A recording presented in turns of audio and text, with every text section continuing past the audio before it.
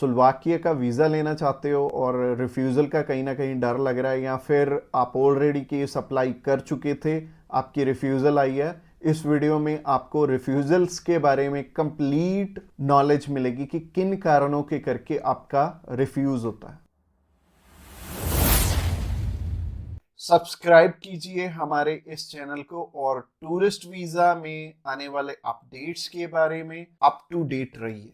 तो जहां तक बात की जाए आज के टाइम में रिफ्यूज़ल्स की, रिफ्यूज़ल रेट बहुत ज़्यादा पीक पे हैं और जैसे कि मैंने बताया 4 बारी अप्लाई करके 5 बारी अप्लाई करके भी लोग बैठे हैं जिनको कि समझ में नहीं आ रहा कि उनका रिफ्यूज़ क्यों हुआ है। तो सबसे बड़ी इसमें दिक्कत होती है रिक्वायरमेंट्स की। एक एम्बेसी की जो रिक्वायरमेंट है ना, वो ना तो आपको किसी साइट से मिलेगी और ना ही इसमें इलेबोरेट आपको एम्बेसी करेगी, चाहे उन्हें खुद फोन लगा लेना, चाहे आप वीएफएस को फोन लगा लेना, वो भी आपकी हेल्प नहीं करेंगे। और तीसरी चीज आती है यहाँ पे कंसल्टेंट्स। बहुत सारे कंसल्टेंट्स हैं, बहुत कुछ जानते होते हैं, वो आपको इसलिए नहीं बताते क्योंकि उस काम को करने में हो सकता है 2 मंथ या 3 मंथ या फिर 6 मंथ का टाइम जाए।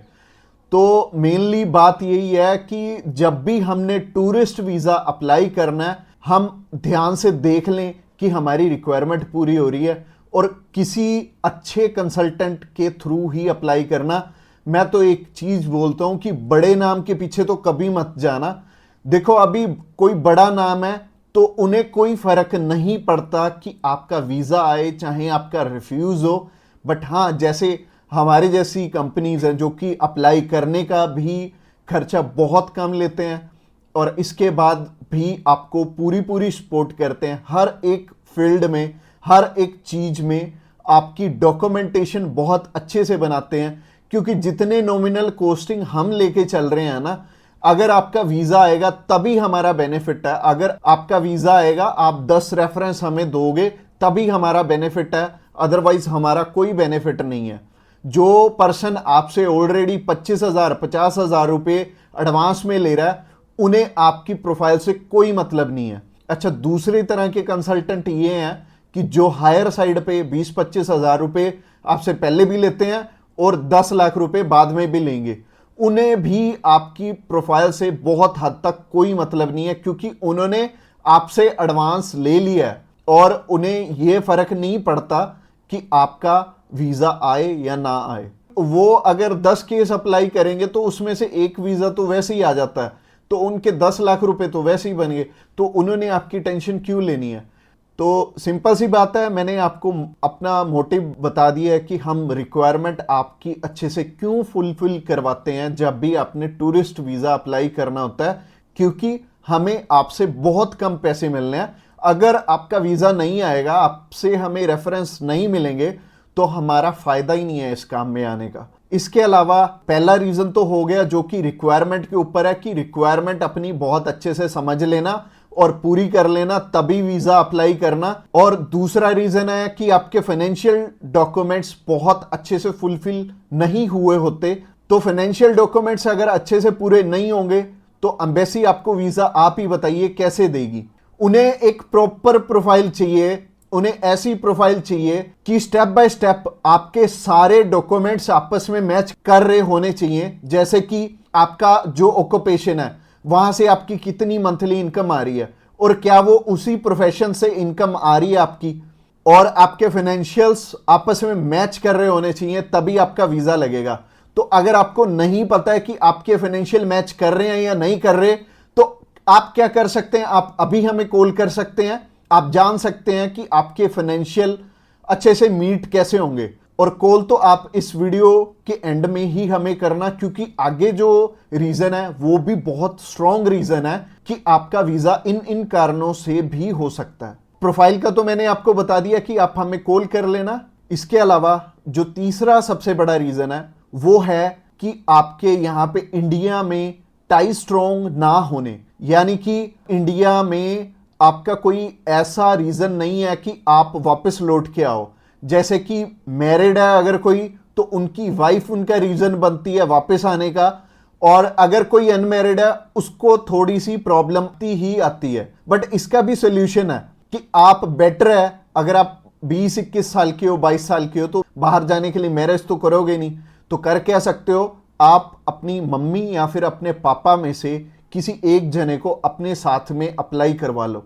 इससे क्या होगा कि अगर मम्मी आपके साथ जा रही हैं, आपका नहीं है वापस आने का स्ट्रॉन्ग रीजन, बट उनका बन गया, तो उनके चक्कर में आपका भी वीजा आ जाने वाला है। तो आप कर कह सकते हो, या फिर मम्मी या फिर पापा को अपने साथ में अप्लाई करवा लो, तो ज्यादा अच्छा रहेगा, आपका भी टाई स्ट्रॉन्ग हो जाएगा।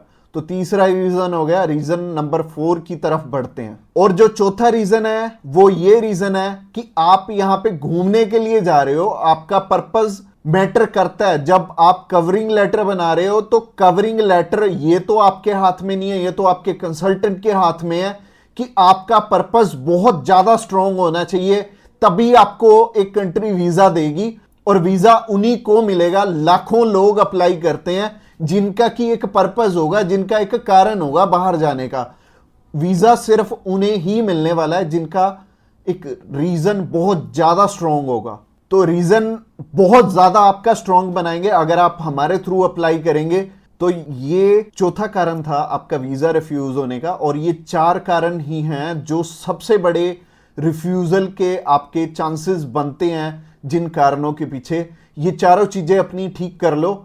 और जैसे मैंने पर्पस में बताया, पर्पस आपका बहुत ज्यादा स्ट्रांग हो जाएगा अगर आप हमारे थ्रू अप्लाई करेंगे। तो अगर आप हमारे थ्रू अप्लाई करना चाहते हैं, आप जानकारी लेना चाहते हैं कि आपके रिक्वायरमेंट पूरी है, क्या आपके फैमिली टाइज स्ट्रांग है, तो आप अभी हमें कॉल करके पता कर सकते हैं कि क्या आपकी रिक्वायरमेंट अच्छे से पूरी है, क्या आपके फाइनेंशियल डॉक्यूमेंट जो कि सबसे ज्यादा इंपॉर्टेंट है आपस में मैच कर रहे हैं। इसके अलावा जो तीसरा कारण था वो था आपके फैमिली टाइज कितने स्ट्रांग है। इसके अलावा चौथा कारण है कि आपका पर्पस हम कितना स्ट्रांगली लगाएंगे। इसके ऊपर आपका वीजा डिपेंड करेगा। और वीजा चाहे आप फर्स्ट टाइम अप्लाई कर रहे हो, चाहे ऑलरेडी आपके एक रिफ्यूजल है, 2 है, 3 है, 4 है, जितनी मर्जी आपकी रिफ्यूजल्स हैं, मैटर नहीं करती। हमारे पास बहुत सारे लोग आते हैं, एक पर्सन का हमने अप्लाई करके दिया था और उनका टोटल 12 बार रिफ्यूज था, 13th टाइम उनका वीजा आया था। और मोस्टली लोग 1 बारी, 2 बारी, 3 बारी, तो बहुत सारे लोग रिफ्यूज होते हैं। कई लोग तो 4-4, 5-5, 6-6 बार रिफ्यूज होते हैं। इवन उन्हें यह नहीं पता लगता कि हम करें तो करें क्या। वीजा तो हमें लेना है, और लेना भी बिल्कुल सही मायने में है, एक्स्ट्रा पैसे देके नहीं लेना, एक बिल्कुल नॉमिनल चार्जेस में ही अप्लाई करवाना है किसी से। तो उस कारण में वो ट्रैवल हिस्ट्री वाली साइड भी जाते हैं। तो ट्रैवल हिस्ट्री वाली साइड मैं तो बिल्कुल नहीं बोलूंगा कि आपको ट्रैवल हिस्ट्री बनानी चाहिए, क्योंकि इस टाइम एयर टिकट्स ही इतनी महंगी हैं कि अगर आप एक कंट्री में भी ट्रैवल करते हैं तो आपका 70 से 80 हज़ार रुपये लग जाते हैं। इसके अलावा अगर आप 3-4 कंट्रीज में ट्रैवल कर लिए तो आपके 3-4 लाख रुपए खराब हो जाने वाले हैं। और जैसे कि मैंने आपको पर्पस वाली वीडियो में बताया था, 15 से 16 हज़ार रुपये में आप हमारे थ्रू अप्लाई कर लेंगे और आप कम से कम 3 लाख रुपए में अपना 20 बारी अप्लाई कर पाओगे।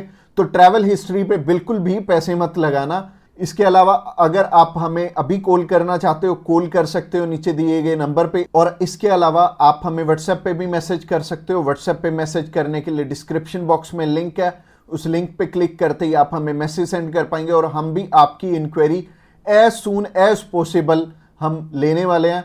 और हमारी टीम्स ऑफ एक्सपर्ट्स हमेशा रेडी है और वो सारे टीम मेंबर्स को पर्सनली मैंने ही ट्रेंड किया हुआ है और आपकी हर एक ज़रूरत को वो समझेंगे और फिर उसी अकॉर्डिंग आपको गाइड करेंगे। और आपको बिल्कुल भी टेंशन नहीं लेनी, जब भी आपने वीज़ा अप्लाई करना है आप हमारे थ्रू ईजिली कर सकते हैं। अगली वीडियो हमारी सी टाइप के वीज़ा के ऊपर रहने वाली है कि सी कैटेगरी में बहुत सारे हमारे पास ऑप्शन होते हैं अलग अलग, जिनके थ्रू की वीज़ा अप्लाई करने में हमारा पर्पस बहुत स्ट्रॉन्ग हो जाता है। तो सी टाइप में जैसे कि बिजनेस वीज़ा हो गया, स्पोर्ट्स वीज़ा हो गया, कल्चर वीज़ा हो गया, मेडिकल वीज़ा हो गया, तो ये सारे वीज़ा के बारे में हम बात करने वाले हैं, जो कि हमारी नेक्स्ट वीडियो रहने वाली है। तो आपने क्या करना है, हमारी नेक्स्ट वीडियो को भी जरूर ध्यान से देखना। Thanks a lot for watching this video till the end, और मिलते हैं किसी बढ़िया सी वीडियो में नेक्स्ट टाइम।